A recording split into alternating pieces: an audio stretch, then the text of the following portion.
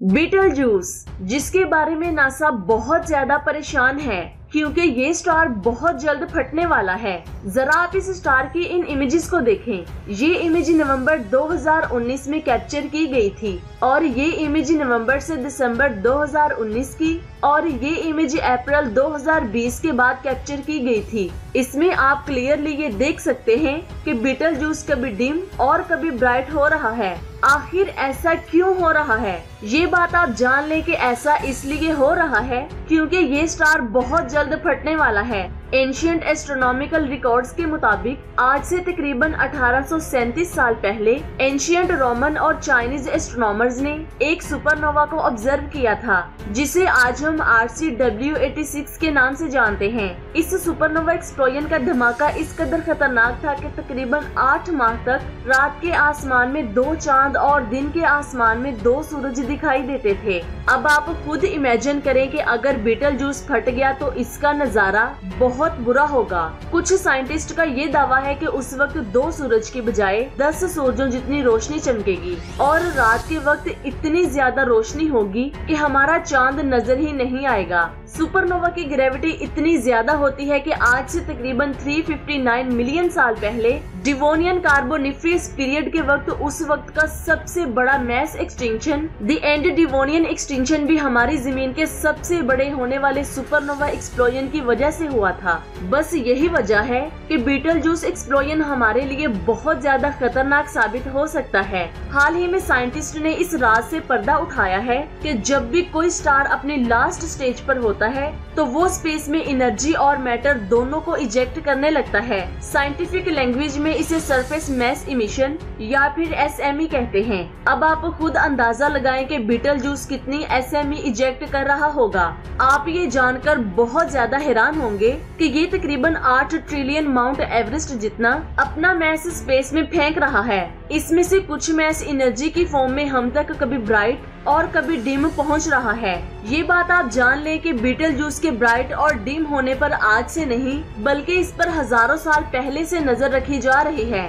आज से तकरीबन 4325 BCE में जब एस्ट्रोनॉमर्स ने पहली बार ओराइन कॉन्स्टेलेशन में बीटलजूस को ऑब्जर्व किया था तो 1st सेंचुरी BC में सबसे पहले चाइनीज एस्ट्रोनॉमर्स ने उसके कलर के बारे में डिस्कस करना शुरू किया। उनके मुताबिक उस वक्त बीटलजूस का कलर व्हाइटिश येलो दिखाई देता था, लेकिन 2nd सेंचुरी में एंशिएंट ग्रीक एस्ट्रोनॉमर्स के मुताबिक उस वक्त ये स्टार ऑरेंज कलर का हो चुका था, सेम वैसा ही जैसे आज हमें दिखाई दे रहा है। साइंटिफिक ऑब्जर्वेशन से ये साफ वाज़ेह होता है कि बीटलजूस ने हमारी आंखों के सामने कई मर्तबा अपना कलर तब्दील किया है। क्या आप ये जानते हैं कि आखिर ऐसा क्यों हुआ? इसके पीछे की मेन वजह ब्लैक होल्स हैं। मैक्स प्लैंक सोसाइटी और कुछ जापानीज एस्ट्रोनॉमर्स ने मिलकर एक ब्लैक होल और न्यूट्रॉन स्टार के कोलिजन का एक सिमुलेटेड मॉडल बनाया था, जिसमें उन्होंने कम डेंसिटी वाले मैटर को ब्लू कलर में और ज्यादा डेंसिटी वाले मैटर को पिंक कलर में दिखाया था।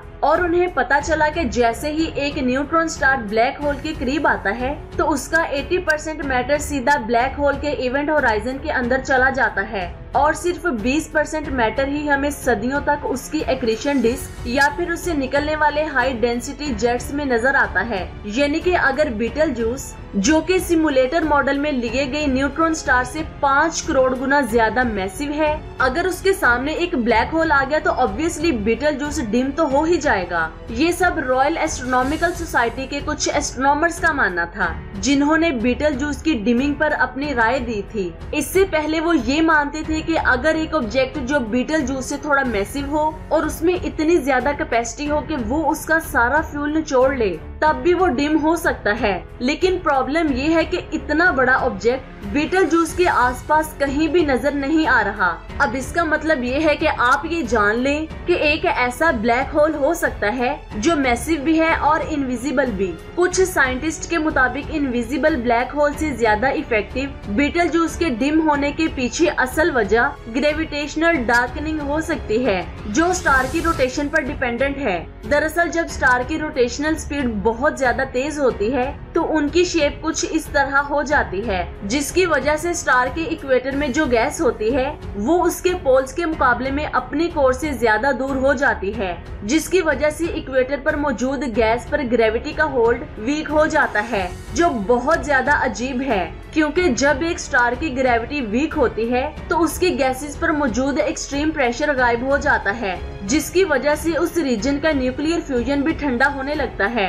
इन शॉर्ट, अगर ये फिनोमिना बीटलजूस में कम हो रहा है तो फिर उसका इक्वेटर भी उसके पोल्स के मुकाबले में ठंडा हो चुका है। जब किसी स्टार का कोई हिस्सा ठंडा हो जाता है तो वो डिम नजर आने लगता है, यानी कि साइंटिस्ट के मुताबिक बीटलजूस का इक्वेटर इसी ग्रेविटेशनल डार्कनिंग की वजह से डिम हो रहा है और एक वक्त ऐसा आएगा जब इसका न्यूक्लियर फ्यूजन अचानक से खत्म हो जाएगा और ये स्टार अपने ही कोर में कोलैप्स होकर एक्सप्लोड हो जाएगा। साइंटिस्ट के मुताबिक बीटलजूस की इस लाइट फ्लैशेस की वजह से अभी तक वो उस लाइट से स्टार का एक्यूरेट डिस्टेंस और साइज नहीं जान सके। अगर हम मौजूदा अंदाजे की बात करें तो बीटलजूस हमसे तकरीबन 500 लाइट ईयर्स दूर है, जिसकी वजह से अगर वो कल भी फटेगा तो फिर भी उसकी रोशनी को हम तक पहुंचने में 500 साल लग जाएंगे। उस वक्त स्टार की रेडिएशंस बहुत ज्यादा वीक हो चुकी होंगी, जिसकी वजह से साइंटिस्ट के मुताबिक कुछ वक्त के लिए हमारी सैटेलाइट्स और जीपीएस सिस्टम में थोड़ी खराबी आ सकती है,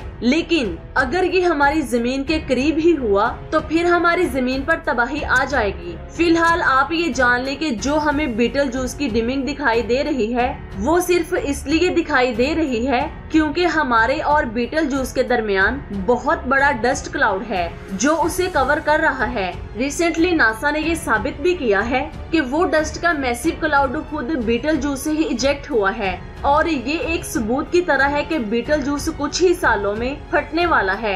अब हमारे पास जो इन्फॉर्मेशन है उसकी बुनियाद पर साइंटिस्ट ने एक रफ अंदाजा लगाया है। इस अंदाजे के मुताबिक आज से तकरीबन 1 लाख साल बाद ये इवेंट पेश आ सकता है। ये थी आज की अमेजिंग वीडियो। आपको कैसी लगी नीचे कमेंट्स करके जरूर बताएं। अपना बहुत सारा ख्याल रखें, दुआओं में याद रखें। अल्लाह हाफिज।